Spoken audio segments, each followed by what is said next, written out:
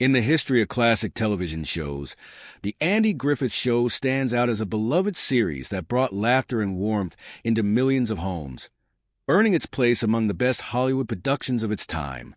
However, beneath the show's prosperity and growth lay deep, hidden secrets harbored by Ron Howard, who played the role of Opie Taylor.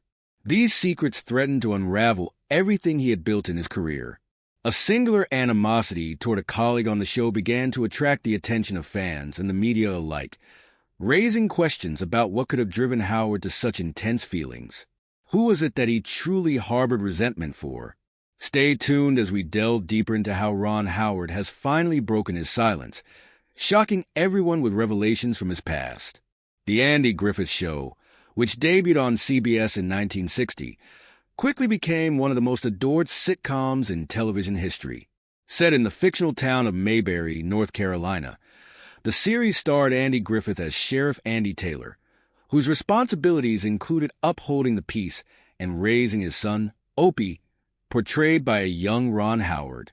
The show is characterized by its gentle humor and moral lessons, making it a staple of American culture during its 8-year run. Among its ensemble cast, perhaps the most beloved character was the bumbling yet endearing Deputy Barney Fife, played by Don Knotts.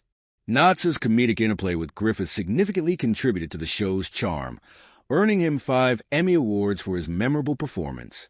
Although Knotts left the series after its 5th season to pursue other opportunities, his portrayal of Barney remains one of the most recognizable in television history. Not only was the Andy Griffith Show a success in terms of its content, but it also consistently attracted high audience numbers. From its premiere to its conclusion, it maintained a position among the top 10 shows in the Nielsen ratings, ultimately topping the television charts in 1968 when the series ended.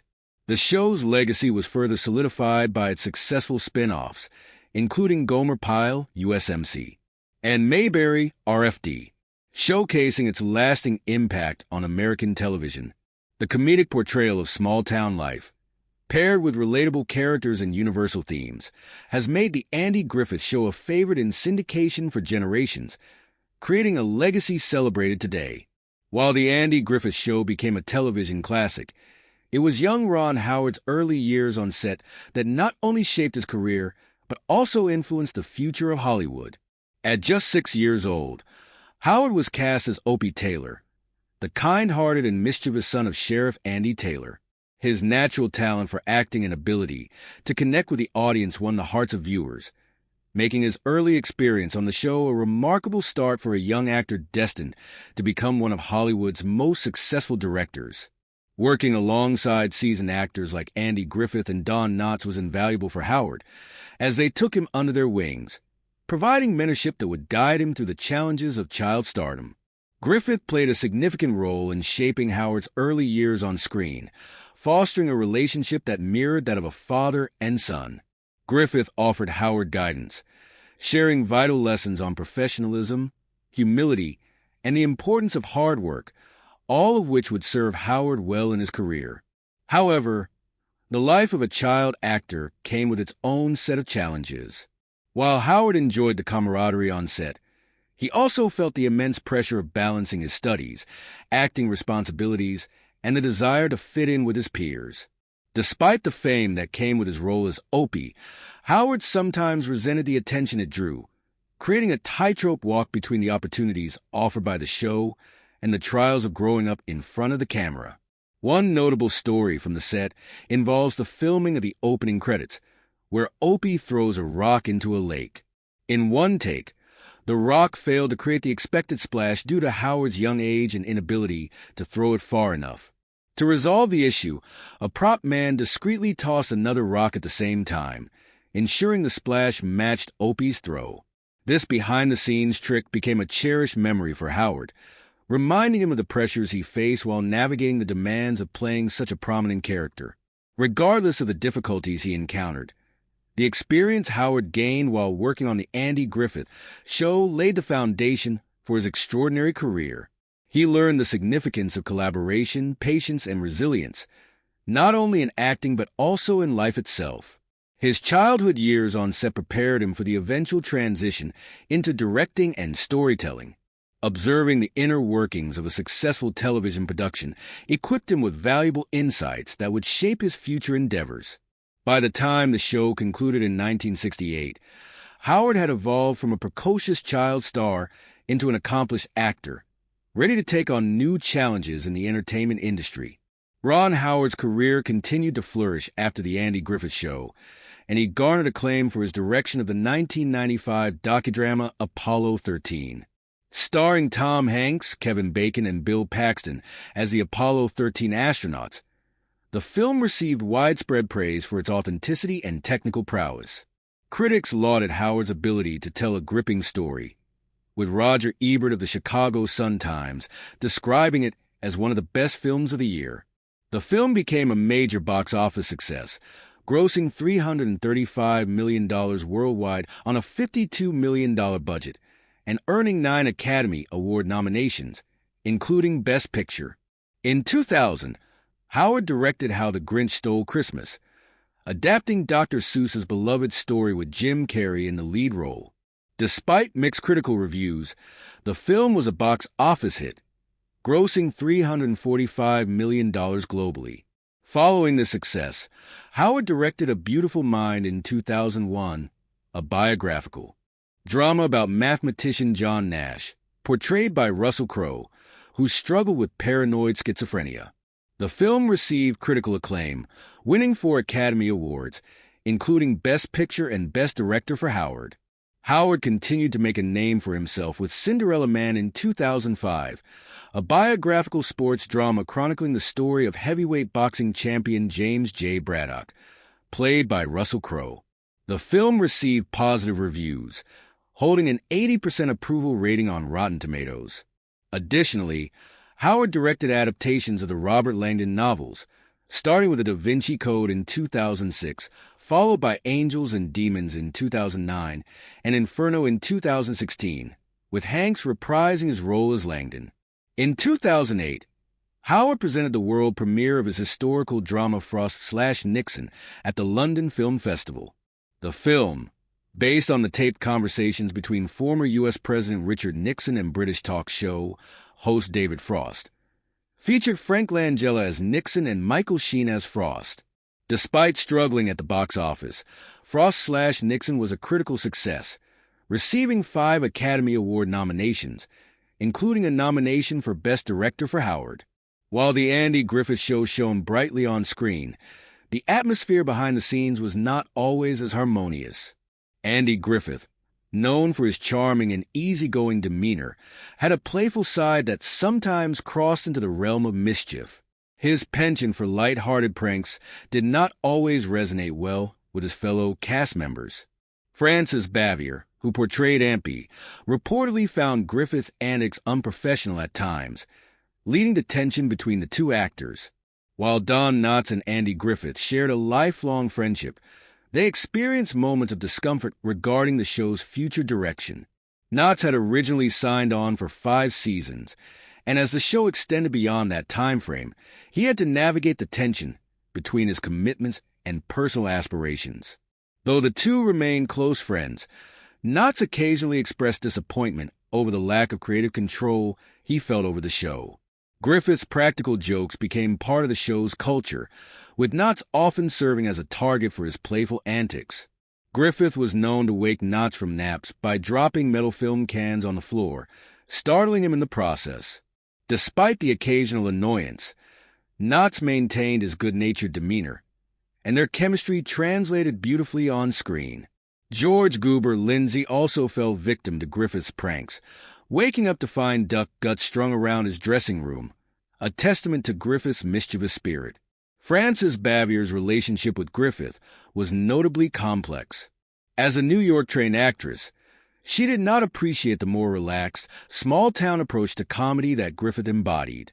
Off-camera, their interactions were fraught with tension, yet they managed to maintain a professional front during filming, ensuring that personal disagreements did not interfere with the show's output. Later in her life, Bavier acknowledged her part in the strained relationship and made a sincere apology to Griffith, reflecting on the challenges they faced as colleagues. In the episode titled The Pickle Story, Aunt Bee, portrayed by Frances Bavier, decides to embark on a culinary adventure by making a large batch of homemade pickles.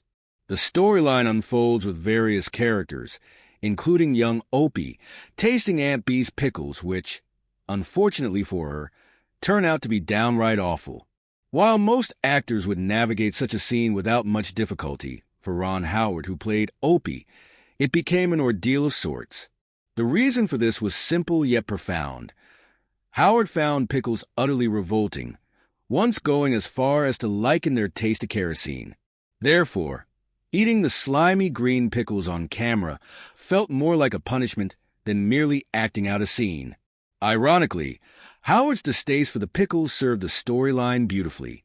Since Aunt Bee's pickles were intended to taste bad, his genuine reaction of disgust added authenticity to the scene. He didn't need to exaggerate his expressions. His discomfort was real and relatable, making it even funnier for the audience. Reflecting on this memory in a later interview, Howard candidly admitted just how challenging the episode had been to film. He emphasized that, despite his love for the show and his character, the pickle story remains one of the toughest moments of his early career. Even as he was committed to putting forth his best efforts for the show to continue successfully, he has admitted to hating the memory associated with his ordeal during that episode. Another crucial aspect contributing to the success of The Andy Griffith Show was Andy Griffith's relationships with his co-stars, particularly his bond with Ron Howard. Griffith, who played the fatherly Sheriff Andy Taylor, exuded a parental aura not only on screen, but also in real life. Howard, who portrayed Opie, often sought advice and reassurance from Griffith as he navigated the challenges of being a child star. In various interviews, Howard has expressed immense respect for Griffith, attributing much of his Hollywood success to Griffith's guidance and mentorship. On screen, the bond between the father and son was substantial. However, behind the scenes, Griffith often experienced clashes with other cast members, notably Frances Bavier, who played Aunt Bee. Despite the occasional tensions, Griffith emerged as the central figure instrumental in making the show successful. His lasting relationships and mentorship of Ron Howard, coupled with his close friendship with Don Knotts, significantly influenced the dynamics both on-screen and off. These relationships, though sometimes rocky, played a substantial role in shaping the Andy Griffith Show's enduring legacy and impact on television history. While Andy Griffith acted as a father figure to Ron Howard, it was his unlikely yet unbreakable friendship with Don Knotts that became the heart and soul of the show, both in front of the camera and behind the scenes. Griffith frequently praised Knotts' impeccable comedic timing and immense talent, while Knotts often credited Griffith for providing him the platform to shine. Beyond their roles on the show, Griffith and Knotts maintained a close friendship, spending significant time together even after Knotts departed the series in 1965 to pursue a full-time film career. Knotts' departure was a bittersweet moment for Griffith, who openly admitted that he was never the same after losing Knotts. He missed not only Knotts' energy and humor, but also the companionship they shared on set. Even though they were no longer working together, their friendship endured, with Griffith often seen by Knotts' side during his final days. As for Ron Howard, the shocking truth about his feelings during the Andy Griffith Show reveals that his frustrations did not stem from any specific co-star, but rather from the pressures that accompanied being a child star. Howard respected his entire cast and crew, but found himself grappling with the overwhelming responsibilities of balancing childhood with his role as Opie. The whirlwind of fame meant that school and a typical childhood were often sidelined, leaving little room for the normal experiences of growing up. In interviews, Howard has candidly expressed how, despite loving his work on the show, he was burdened by the constant attention from fans and the pressure of living in the limelight. He often felt isolated, struggling to connect with peers his own age, who would mock him for being a child star on one of the most popular shows on television. While Howard enjoyed the support of the adults around him, the emotional toll of being a child star weighed heavily on him. He faced hardships that went beyond the long hours of shooting and memorizing lines. The normal difficulties of childhood were compounded by the stress of maintaining a professional demeanor at a young age. This inner struggle was something Howard kept to himself for many years, but looking back, he acknowledged that living two lives, one in front of the camera and one behind it, was not an easy feat.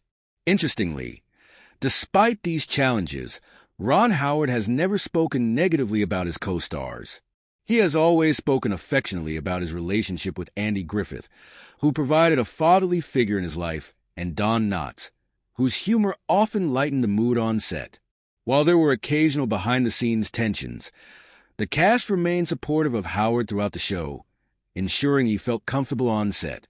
His frustrations were more about the pressures of fame than about any specific person, as he later clarified that his true hatred was directed at the fame itself rather than any individual. In adulthood, Howard has been candid about his experiences as a child star and the emotional challenges that accompanied that role. He has acknowledged the immense value of the experiences he gained on The Andy Griffith Show, recognizing that these formative years laid the foundation for his legendary career as a director and producer. However, this success came at a cost, shaping his perspective on fame and childhood in ways he continues to reflect on. The off-screen antics of The Griffith Show painted a different picture from the wholesome, feel-good television presented on screen. Griffith was known for his playful nature, often pulling pranks on his co-stars. One of his favorite tricks involved waking up Don Knotts from his naps by crashing metal film canisters on the floor, much to Knotts' surprise. Knotts, known for his amiable personality, took these pranks in stride, often joining in the laughter. Griffith also had a reputation for playing mischievous tricks on George Goober Lindsay, the actor who portrayed the easygoing mechanic. In one memorable incident, Griffith filled Lindsay's dressing room with duck guts while he was asleep, showcasing the light-hearted camaraderie on set. While these pranks were not malicious, they served as a means for the cast to blow off steam after long filming days and help solidify their bond. However, not everyone appreciated this playful atmosphere. Frances Bavier's serious demeanor often kept her at a distance from the levity that defined much of the set's culture. Despite this, one of the most charming aspects of The Andy Griffith Show was how the humor from behind the scenes frequently made its way into the episodes. A prime example is the Runaway Kid episode, where Opie and his friends prank Sheriff Taylor by moving the town's sheriff car right in front of a fire hydrant, leading to comedic consequences. The off-screen chemistry and playful interactions among the cast greatly contributed to the show's lighthearted appeal and authenticity, allowing viewers to connect with the characters in a more profound way. While the atmosphere was often filled with humor and camaraderie, there were underlying tensions, particularly between Griffith and Bavier, which added another layer to the show's complex legacy. The history of The Andy Griffith Show includes perhaps its most stunning reveal, which unfolded long after the cameras stopped rolling. Frances Bavier, beloved by television audiences as Aunt Bee, publicly apologized to Andy Griffith, who portrayed her on-screen son with warmth and charm. Although Bavier's portrayal of Aunt Bee was nurturing and affectionate, her relationship with Griffith behind the scenes was fraught with tension. Bavier was serious and professional, while Griffith's laid-back, prankster demeanor often made her view him as little more than a comic. This tension became well known among the cast. A classically trained actress from New York, Bavier had little patience for Griffith's joviality and relaxed approach to work. As they spent time together on set, the friction between them intensified. Bavier felt that Griffith's antics diminished the professionalism she valued. Despite this dynamic, both actors delivered legendary performances that contributed to The Andy Griffith Show becoming a classic in television history. Over time, as they went their separate ways, Bavier began to reflect on their time together, ultimately leading her to make a surprising phone call to Griffith years after the show had concluded. In a heartfelt gesture, she called to apologize for her difficult behavior during filming, expressing regret for allowing personal frustrations to impact their working relationship. This unexpected and sincere apology was a significant moment, especially given the years that had passed since their collaboration. Griffith received Bavier's apology graciously, and the two were able to reconcile before Bavier's death in 1989, bringing them both a sense of peace and healing old wounds. As the relationship between Frances Bavier and Andy Griffith reached resolution, Ron Howard was quietly carving out a path for himself that would take him far beyond his role as Opie Taylor. While many child actors struggled to maintain their careers post-stardom, Howard's trajectory was anything but typical. Even as The Andy Griffith Show approached its final season in 1968, he continued to thrive, landing a starring role as Richie Cunningham on the hugely popular sitcom Happy Days. This role solidified his status as one of television's most cherished young actors and helped him transition from a child star to a leading man in prime time. Although Howard was passionate about acting, he also harbored an interest in directing. While still working on Happy Days, he sought opportunities to direct, and 2 years after leaving the show, he made his directorial debut with Grand Theft Auto in 1977. This marked the beginning of a flourishing career as a filmmaker, which would include acclaimed projects such as Apollo 13, A Beautiful Mind, and The Da Vinci Code. Howard's directorial efforts earned him numerous accolades, including 2 Academy Awards for Best Director and Best Picture for A Beautiful Mind. His expertise in filmmaking and storytelling, combined with a collaborative approach, has made Howard one of Hollywood's most respected directors. His ability to create engaging narratives spans genres, from historical dramas to thrilling adventures. Additionally, Howard co-founded Imagine Entertainment with producer Brian Grazer, producing a wide range of successful movies and television shows, including Arrested Development and 24. From his humble beginnings as lovable Opie to building a varied business empire, Ron Howard's career has undeniably transformed both television and film. In terms of wealth, Ron Howard boasts a net worth of approximately $200 million. In 2004, he and his wife, Cheryl, purchased a 3,000-square-foot apartment in New York City's exclusive El Dorado building for $5.6 million, subsequently investing several million more in renovations. They attempted to sell this apartment in 2017 for $12.5 million, later reducing the price to $11.5 million, but ultimately still own the property. Additionally, they own another apartment in New York City, acquired in 2002 for $712,000. In 2014, the couple sold their 33-acre lakeside estate in Greenwich, Connecticut for $27.5 million, and in 2006, they purchased an ocean view apartment in Santa Monica, California for $2.75 million. Thank you for watching. Don't forget to like our video, leave your comments, and subscribe. Be sure to click on the video displayed on your screen to watch another one of our interesting videos. See you there.